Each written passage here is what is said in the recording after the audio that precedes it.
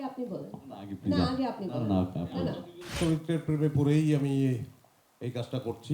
সবাই তো আলাদা আলাদা দর্শকের সাথেই থাকতে চায় আসলে, এবং সবচেয়ে বেশি দর্শককে কানেক্ট করতে চায় নিজেদের কাজ দিয়ে। আমার মধ্যে অ্যাকচুয়ালি একটা নার্ভাসনেস ছিল যখন তানিম ভাই আমাকে প্রথমে এই চরিত্রটার কথা বলে। তারপরে যখন এত গুণী অভিনয় শিল্পীদের কথা শুনলাম, আমাদের লিভিং লেজেন্ডস মোশাররফ করিম এবং চঞ্চল চৌধুরীকে একসাথে পাবো একটা সিনেমাতে, এটা শুনলাম। সবাই মিলে যাত্রাটা শুরু করেছি। যাত্রাটা কোথায় যেয়ে শেষ হয় সেটা দেখার বিষয়। এটার ক্ষেত্রেও হচ্ছে চরিত্রের প্রেমে পড়েই আমি এই কাজটা করছি। আর তানিম নূরের প্রেমে পড়ার একটা বিষয় আছে, কারণ সে দুঃখের কথাও হাসতে হাসতে বলতে পারে। তার হাসার অদ্ভুত ক্ষমতা আছে, আর তার পড়াশোনার জায়গাটা আমার নিজের ব্যক্তিগতভাবে খুবই ভালো লাগে। আর একটা বড় অনুপ্রেরণা আসলে উৎসব। এটা আমি তানিমকেও বলেছি যে আমার কাছে মনে হয়েছে এই প্রেজেন্টেশনের সিনেমা আমি বাংলাদেশে আগে দেখিনি। একটা ইন্ডাস্ট্রিতে বিভিন্ন ধরনের কাজ হয়, সেটা ওটিটিতে হোক, টেলিভিশনে হোক, বা ইউটিউবে হোক, অথবা ফিল্মে হোক, অনেক ধরনের কাজ হয়। তা আমরা আসলে সেই ধরনগুলোকে আলাদা করেই এগোতে চাই, এটা আমার ইচ্ছা এবং আমার রুচির সঙ্গে, বা আমি কোন ধরনের গল্পে কোন ধরনের চরিত্রে অভিনয় করতে চাই, বা কোন ধরনের দর্শকের জন্য কাজ করতে চাই। সবাই তো আলাদা আলাদা দর্শকের সাথেই থাকতে চায় আসলে, এবং সবচেয়ে বেশি দর্শককে কানেক্ট করতে চায় নিজেদের কাজ দিয়ে। আমার আসলে নতুন করে কিছু বলার নেই। এত সুন্দর চমৎকার কাস্টিং, যাদের সাথে ওরা আমার সিনিয়র, আমি নিজে ওদের অনেক বড় ফ্যান। তো আমার জন্য একটা দারুণ ট্রিট হবে আসলে সুন্দর কাস্টদের সাথে একটা কাজ করে, আমার জন্য দারুণ অভিজ্ঞতা হবে।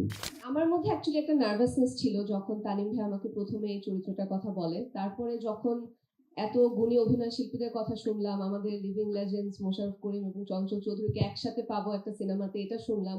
সেই সাথে আসলে স্বাধীন ভাইয়া এবং সামিউলের মানে স্ক্রিপ্টের কথা বলতেই হয়, ওরা এত দুর্দান্ত ভাবে কিছু ডায়লগ লিখেছে।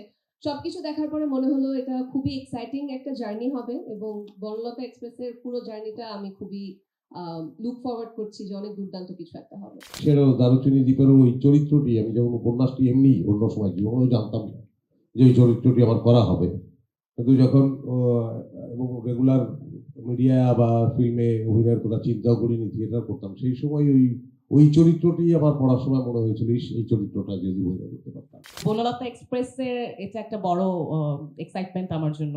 ড্রাইভার বলেছি, সহযাত্রী ভালো হওয়া অনেক ইম্পর্টেন্ট জার্নির ক্ষেত্রে। তা আই এম ফরচুনেট যে আমি এমন একটা যাত্রাপথে যাত্রা করতে পেরেছি যেখানে এত দুর্দান্ত সব সহযাত্রী আছে। সবাই মিলে যাত্রাটা শুরু করেছি। যাত্রাটা কোথায় যেয়ে শেষ হয় সেটা দেখার বিষয়। সেটা দেখতে হলে আসলে হলে আসতে হবে।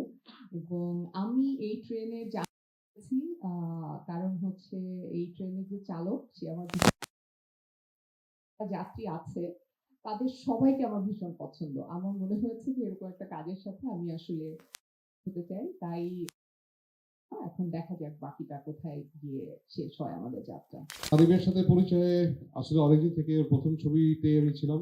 ইনফ্যাক্ট ওর সাথে আমার এটা হ্যাট্রিক প্রজেক্ট, তৃতীয় কাজ করতে যাচ্ছি। ইভেন তানিমকে রিকোয়েস্ট করে রেখেছিলাম যে থার্ড ছবিতে যাতে অ্যাটলিস্ট আমাকে রাখে, হ্যাট্রিকটা আমি করতে চাই, এরপর আমাকে রেখো না। আর এই প্রজেক্টটাতে যদি বলতে চাই আসলে কিছু বলতে পারবো না, কারণ চরিত্রটা সম্পর্কে আমি কিছুই জানি না। তানিম আমাকে বলেছে করতে হবে, চরিত্রের নাম বড় চাচা, এইটুকুই আমি জানি। আর তানিমের জন্য আমাদের সবসময় ব্ল্যাঙ্ক চেক, আমি রাজি হয়ে গেছি, এক্সপ্রেস উঠে গেছি। না না, আমার ছবি তো এগুলো অফ ট্র্যাকের ছবি, আমি বলবো না, কমার্শিয়াল ছবি বলবো, এন্টারটেইনিং ছবি, এবং আমি সেটাই কিন্তু বানানোর চেষ্টা করছি বারবার। মানে আমি কোনোভাবেই অফ ট্র্যাকের ছবি মনে করি না আমি।